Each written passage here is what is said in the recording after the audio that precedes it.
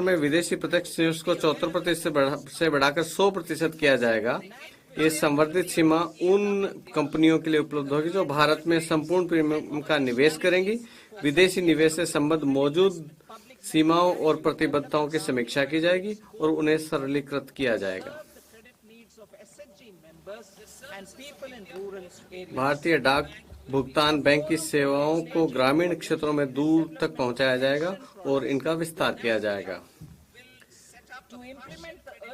NABFID अवसंरचना के लिए कॉरपोरेट बॉन्ड हेतु एक आंशिक ऋण संवर्धन सुविधा स्थापित करेगा।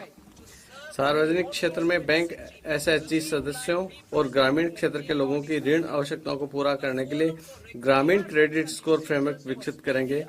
पेंशन उत्पादों के विनियमित समन्वय और विकास के लिए फोरम की स्थापना की जाएगी।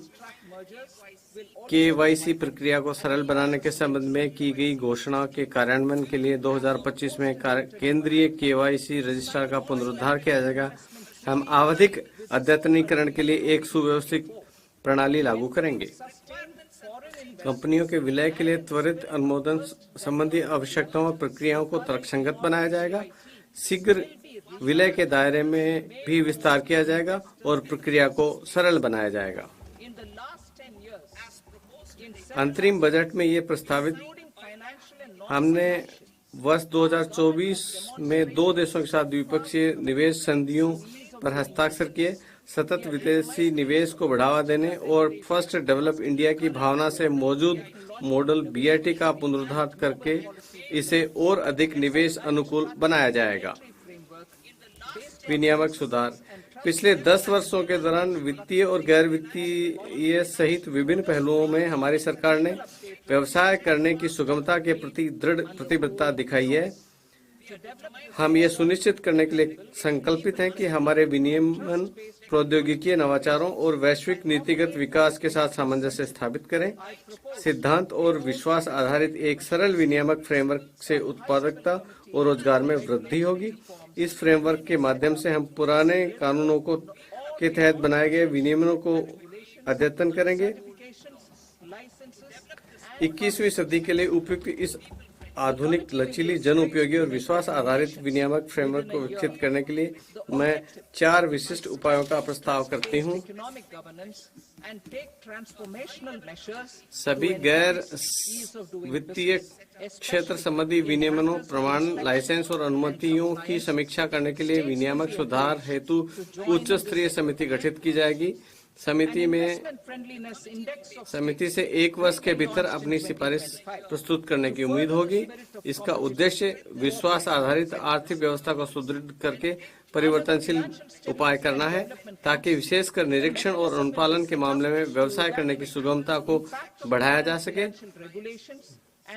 राज्यों को भी इस प्रयास में शामिल होने के लिए प्रोत्साहित किया जाएगा।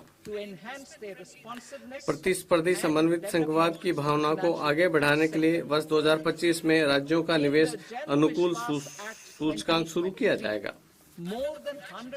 वित्तीय स्थिरता और विकास परिषद के अंतर्गत वर्तमान वित्तीय विनियमनों और सहायक अनुदेशों के प्रभाव का मूल्यांकन करने के लिए एक तंत्र स्थापित किया जाएगा।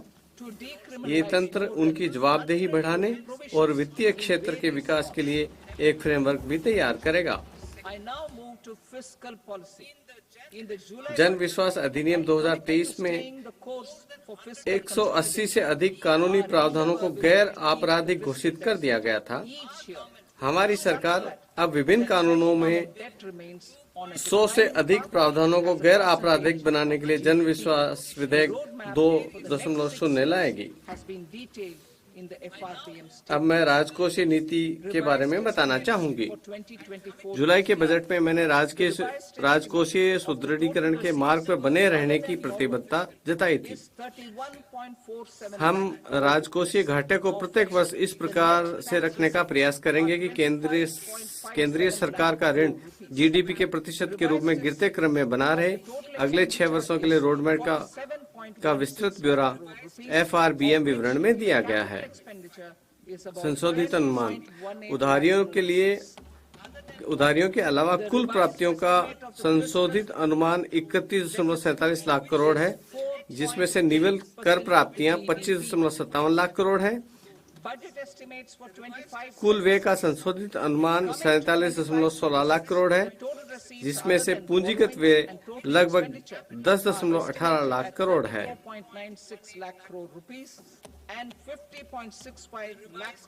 राजकोषीय घाटे का संशोधित अनुमान जीडीपी का 4.8% है। बजट अनुमान वर्ष 2025-26 वर्ष 2025-26 में उधारियों के अतिरिक्त कुल प्राप्तियां और कुल व्यय क्रमशः 34.96 लाख करोड़ तथा 50.65 लाख करोड़ रुपए रहने का अनुमान है। निवल कर प्राप्तियां 28.37 लाख करोड़ रहने का अनुमान है। राजकोषीय घाटा जीडीपी का 4.4% रहने का अनुमान है। राजकोषीय घाटे को वित्तपोषित करने के लिए दिनांकित प्रतिभूतियों से